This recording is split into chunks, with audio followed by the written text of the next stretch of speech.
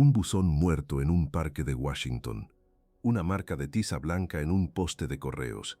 Cada símbolo, cada depósito, cada sobresellado equivalía a una sentencia de muerte. Aldrich Asen Ames, oficial de la CIA desde 1962. Acceso completo a los nombres de casi todos los agentes estadounidenses reclutados dentro de la Unión Soviética. El 16 de abril de 1985.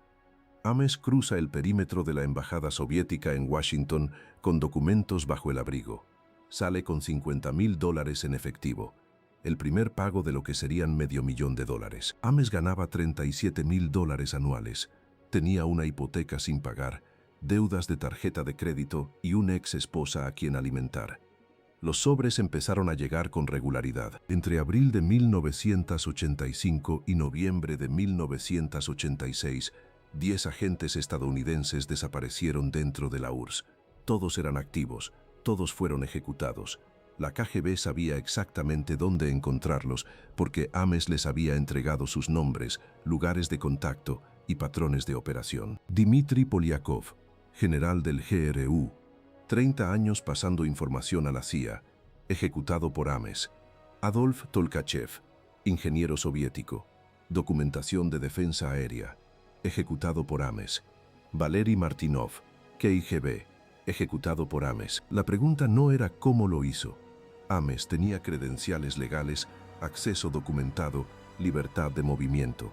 La pregunta era por qué nadie lo vio.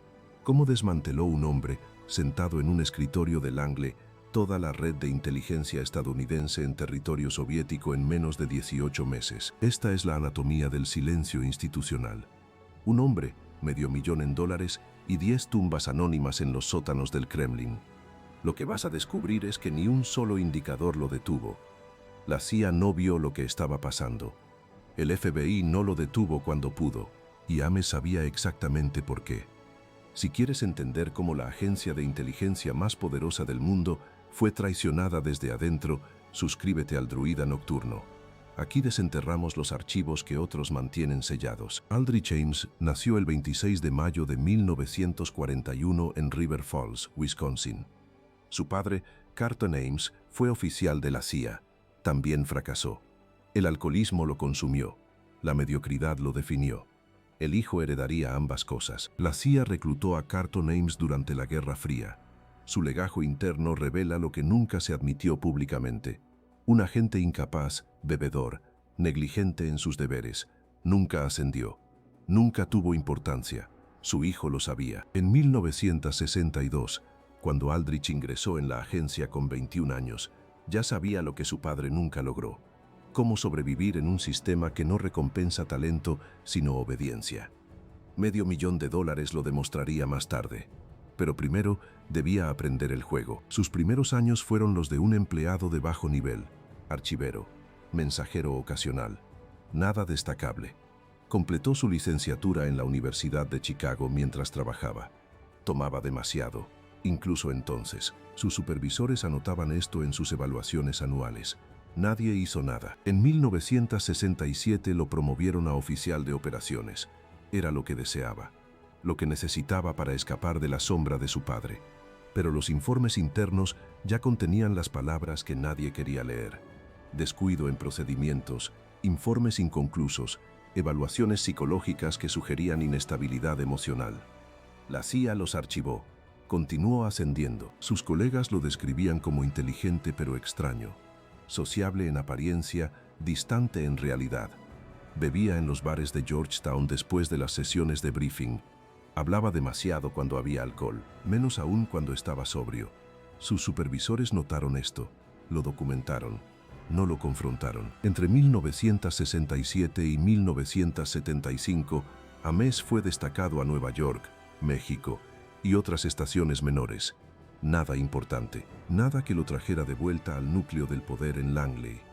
Su resentimiento creció con cada asignación periférica. Sus compañeros ascendían.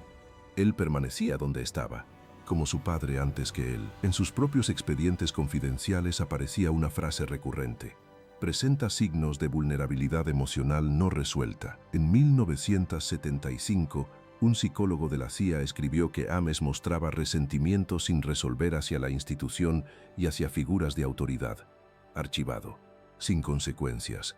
La agencia no purga a sus propios, solo los ignora. En 1976 le permitieron regresar a la sede. Lo asignaron a la División de Operaciones Encubiertas, donde tendría acceso a información de importancia crítica, a agentes reclutados, a nombres, a vidas. La agencia conocía su fragilidad. Lo colocó exactamente donde podría causar más daño. O quizás simplemente no creía que pudiera causar daño alguno. Durante 5 años mantuvo el silencio.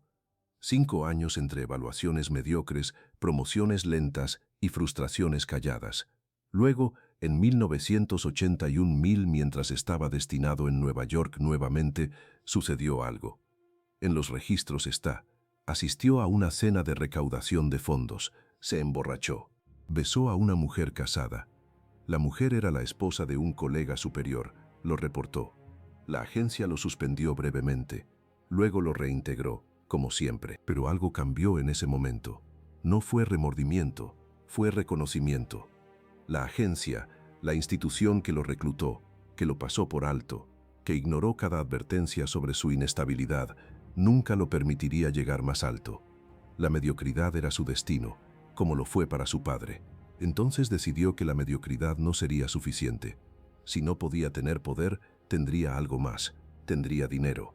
Y en 1985 sabría exactamente a quién vendérselo. A inicios de los años 80, la Guerra Fría había alcanzado su punto más candente. En Washington, la CIA y sus adversarios soviéticos jugaban un ajedrez mortal donde cada peón capturado significaba vidas reales. Aldrich Ames era un hombre ordinario en apariencia, divorciado, alcohólico, con deudas que lo acosaban.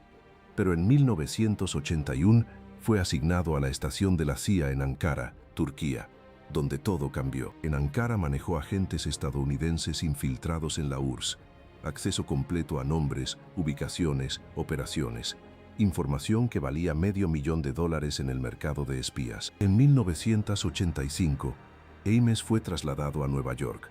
Su carrera ascendía. Su situación financiera se hundía. Las deudas crecían más rápido que su sueldo de funcionario. La presión era insoportable. Fue entonces cuando tomó la decisión que lo definiría. Una cena con un oficial de la KGB en la ciudad le ofreció lo que necesitaba: dinero, mucho dinero. El precio: información sobre los agentes estadounidenses que él conocía. Ames aceptó. No fue un ideólogo comunista ni un patriota soviético. Fue simplemente un hombre que necesitaba dinero y encontró a alguien dispuesto a pagarlo. La transacción fue meticulosa y profesional. Su valor incrementó exponencialmente cuando fue trasladado a Ciudad de México en 1986. Allí, coordinaba operaciones contra la inteligencia soviética en toda América Latina.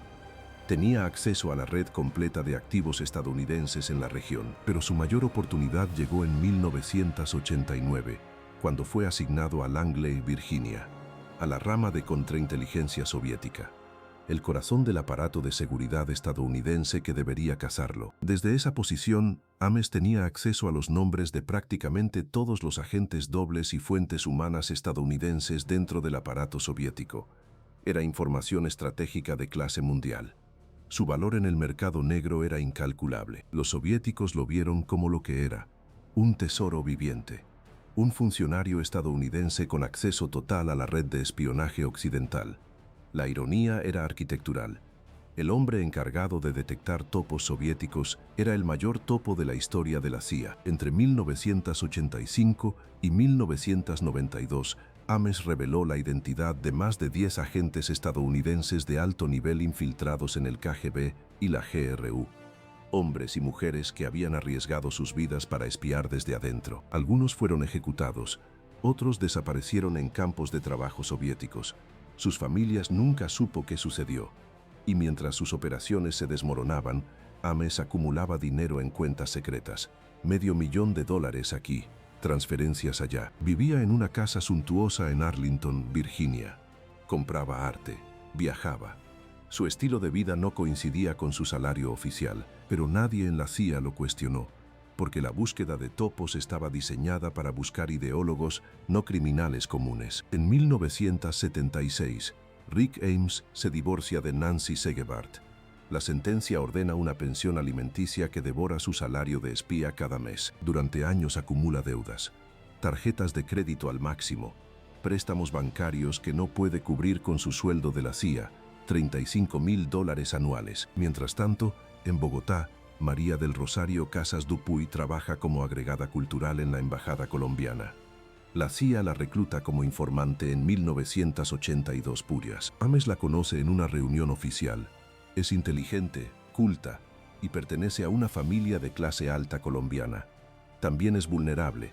Sus contactos familiares generan presión. Se casan en 1985. Rosario entiende que Ames trabaja para la CIA, pero no conoce los detalles operacionales de sus acciones.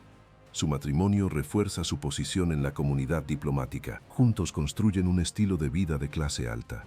Casa grande, autos costosos, viajes internacionales, membresía en clubs exclusivos, una existencia que exige $500,000 anuales para mantenerse. Pero el sueldo de Ames sigue siendo $35,000 al año. La brecha es imposible de cerrar legalmente. En 1985, la deuda supera los $300,000. Es aquí donde aparece el cálculo. No es odio ideológico, no es venganza política, es matemática pura. Un espía endeudado que necesita dinero. El KGB comprende perfectamente este lenguaje. En abril de 1985, Ames camina hacia la embajada soviética en Washington. Lleva una carta dirigida al KGB. Ofrece información sobre operativos estadounidenses en la Unión Soviética. Los soviéticos responden con $100,000 en efectivo. Luego, 200,000 más. Después, otros 200,000. En meses, Ames recibe $500,000 del KGB. Su deuda desaparece. Compra un Mercedes-Benz, paga la casa al contado. Rosario viaja a París y Milán. La presión cesa. El cálculo económico ha funcionado. Preguntó Rosario dónde provenía este dinero repentino. Los registros no lo documentan. Lo que sí sabemos es que ella no participó en las traiciones operacionales. Su rol fue existencial. La vida que mantenía requería la traición. 16 de abril de 1985. Aldrich Ames, analista de la CIA con acceso a los nombres clasificados más sensibles, cruza una línea que no tiene retorno. Entra en la embajada soviética de Washington. Sale con $500,000 en efectivo. No es un acto de ideología. No es un gesto de traidor político. Ames necesita dinero. Su matrimonio se desmorona. Sus deudas crecen. Y el KGB lo sabe porque lo han estado observando durante meses. Lo que sucede en esa embajada comienza como transacción. Una estafa rápida, piensa Ames. Vender algunos nombres menores, conseguir el dinero, desaparecer. Pero el KGB tiene otros planes. Los primeros nombres que entrega son agentes de segunda importancia. Ames calcula que minimizará el daño, que sus controladores en Langley no notarán la brecha. Se equivoca profundamente en su cálculo del riesgo. Durante semanas, Ames recibe instrucciones del KGB a través de buzones muertos, cajas de cigarros escondidas en troncos de árboles en parques de Arlington, números de teléfono codificados, señales de tiza en postes de servicio. La inteligencia soviética ha convertido Washington en su tablero de ajedrez. El mecanismo es antiguo pero efectivo. Ames coloca un mensaje en un buzón acordado. El KGB lo recoge, le responde con dinero, efectivo estadounidense. Decenas de miles de dólares por cada entrega de nombres. Pero en junio de 1985, el KGB le pide algo más grande. No más nombres periféricos. Quieren la identidad de todos los agentes estadounidenses activos dentro de la Unión Soviética. El gran vertido. Ames accede. Es el momento en que la traición deja de ser estafa y se convierte en entrega masiva. Ames tiene acceso a los archivos maestros de la agencia. Sabe exactamente dónde están colocados cada uno de sus compatriotas dentro del territorio soviético. Sabe sus nombres verdaderos, sus identidades de cobertura, sus frecuencias de comunicación. Lo sabe todo. En junio de 1985, Ames entrega una carpeta de cartulina marrón conteniendo los nombres de prácticamente toda la red de inteligencia estadounidense en la URSS, 10 agentes confirmados, tal vez más.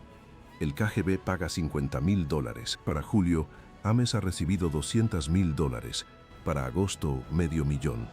El KGB le ofrece beneficios adicionales, un segundo pasaporte, una coartada en Moscú, una casa en la costa del Mar Negro cuando termine su carrera. Lo han convertido en un activo de por vida, pero Ames comete su primer error crítico. Gasta el dinero, compra un coche caro, paga deudas, realiza mejoras en su casa. Sus colegas en la CIA comienzan a notar su repentina prosperidad. Un analista de nivel medio no debería tener esa capacidad económica. Nadie pregunta, nadie investiga. La negligencia institucional en Langley es tan profunda que un hombre que vende los secretos más críticos de la nación sigue siendo promocionado, sigue teniendo acceso, sigue siendo confiado. El acuerdo con el KGB se ha formalizado. No es un trabajo puntual, es una relación comercial permanente. Ames es ahora un agente soviético en las entrañas de la Central de Inteligencia estadounidense. Y lo seguirá siendo durante años. Entre 1985 y 1986, 10 agentes de inteligencia estadounidenses fueron arrestados y ejecutados en la Unión Soviética. No fue coincidencia, fue purga. Dmitry Polyakov, coronel de la inteligencia soviética, había trabajado para la CIA durante 16 años. El 16 de agosto de 1986 fue ejecutado por traición. Valery Martinov y Sergei Motorin, ambos del KGB, habían suministrado documentos clasificados a Washington durante años. En octubre de 1985 fueron capturados. Ambos murieron fusilados. La cadena continuó. Adolf Tolkachev, ingeniero que había entregado planos de aviones de combate. Gennady Smetanin, Leonid Poleshchuk, 8 más, todos detenidos en meses, todos ejecutados. En Langley, la paranoia se instaló como un fantasma. ¿Cómo había ocurrido? Una coincidencia estadística imposible, un espía dentro de la propia agencia. Los directores de operaciones no lo sabían. Las probabilidades eran astronómicas. 10 agentes, todos soviéticos, todos descubiertos en un periodo de 14 meses. El KGB no podía haber arrestado a todos basándose en investigaciones de rutina. La CIA rastreó cada pista. Había habido un fallo en seguridad en la embajada. Se había comprometido una técnica de comunicación, un agente doble infiltrado. Lo que ignoran aún es que el KGB ejecutó a muchos de estos hombres no porque los hubiera identificado con certeza, sino para proteger a su verdadera fuente, alguien dentro de la CIA. El KGB sacrificaba peones para hacer creer que sus métodos de inteligencia técnica eran suficientes. Era un velo de misdirección. Los arrestos eran precisos pero no exhaustivos. En Washington, los analistas calculaban daños. 10 fuentes humanas perdidas. Años de inteligencia sobre capacidades militares soviéticas evaporados. Dinero invertido en el reclutamiento. Cientos de miles de dólares. Pero lo más grave era la incógnita. Sin respuesta, la paranoia se reproducía. Si el KGB tenía un topo en la CIA, ¿cuántos más había? ¿En qué departamentos operaba? La respuesta estaba a la vista. En la División Contrainteligencia Soviética, en el corazón de Langley, trabajaba un hombre que había pasado desapercibido durante años. Su nombre era Aldrich Ames. Ames había comenzado su carrera en la CIA a finales de los 70. Era analista de la URSS, acceso pleno a toda la información de operaciones clandestinas soviéticas, y desde 1985 vendía. El precio, $500.000 en efectivo, depositado en cuentas en Suiza, en el extranjero, fuera del alcance del escrutinio estadounidense. El KGB pagaba religiosamente por cada nombre. Los analistas de Langley no tenían la menor idea.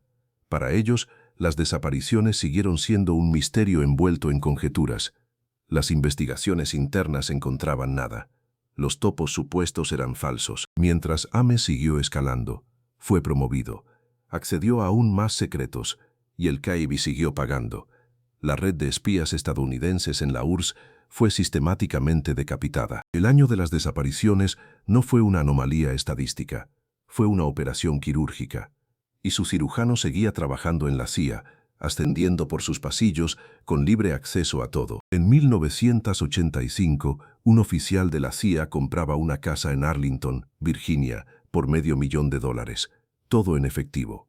Su salario anual era de $50.000. Aldrich Ames, veterano de 19 años en la agencia, realizaba compras imposibles sin justificación aparente. Un Jaguar negro, viajes al extranjero, cenas en restaurantes de lujo, todo financiado por un cheque que nadie sabía de dónde venía. Pero la CIA no perseguía lo obvio. Durante años, los contadores internos miraron hacia otro lado. Un oficial de seguridad lo notó. Sus informes fueron archivados y olvidados. Ames era un rostro conocido en Langley. Divorciado 2 veces, bebedor, clasificado como de bajo rendimiento. Exactamente el tipo que nadie quería investigar. Lo que la agencia no sabía era que Ames estaba vendiendo secretos al KGB desde 1985. Cada nombre que entregaba valía dinero. Mucho dinero. Entre 1985 y 1986, Ames comprometió a 10 agentes estadounidenses en la Unión Soviética. Todos ellos fueron arrestados, interrogados y ejecutados por el régimen de Moscú. Los operadores de la CIA comenzaron a desaparecer.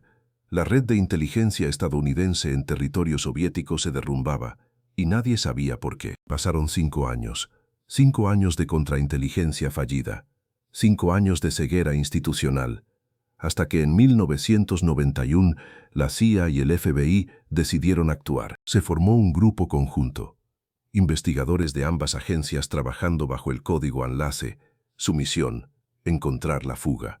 Su objetivo, Aldrich Ames. El análisis fue metódico. Compararon las pérdidas con los movimientos bancarios conocidos. Ames aparecía en todos los cronogramas críticos. Su endeudamiento personal coincidía con cada operación comprometida. Pero el sesgo institucional volvió a frenar la investigación. Ames era un oficial veterano, respetado por años de servicio. Acusarlo sin una confesión era política peligrosa. Así que el grupo Enlace avanzó lentamente. Monitoreaban sus llamadas, rastreaban sus cuentas, documentaban todo. Pero no movían piezas sin certeza absoluta. La arrogancia de Ames fue su aliado involuntario.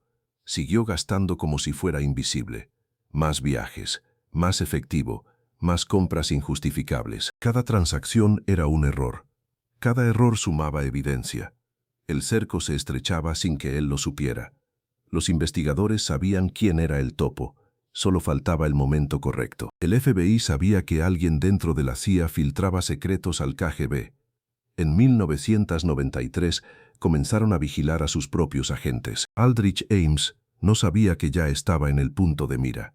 Sus gastos excesivos, sus viajes, sus depósitos bancarios inexplicables, todo quedaba registrado. Los agentes federales revisaron su basura.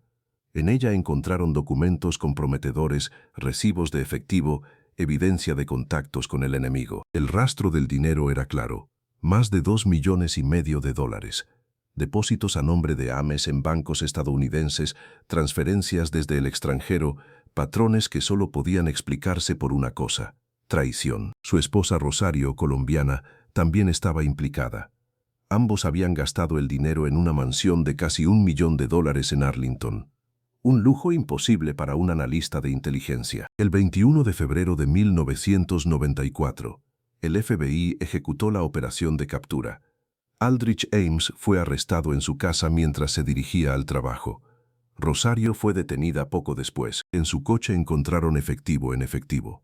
Documentos clasificados, notas de sus contactadores del KGB, todo lo que necesitaban para cerrar el caso. Ames fue acusado de espionaje, conspiración y robo de secretos de gobierno.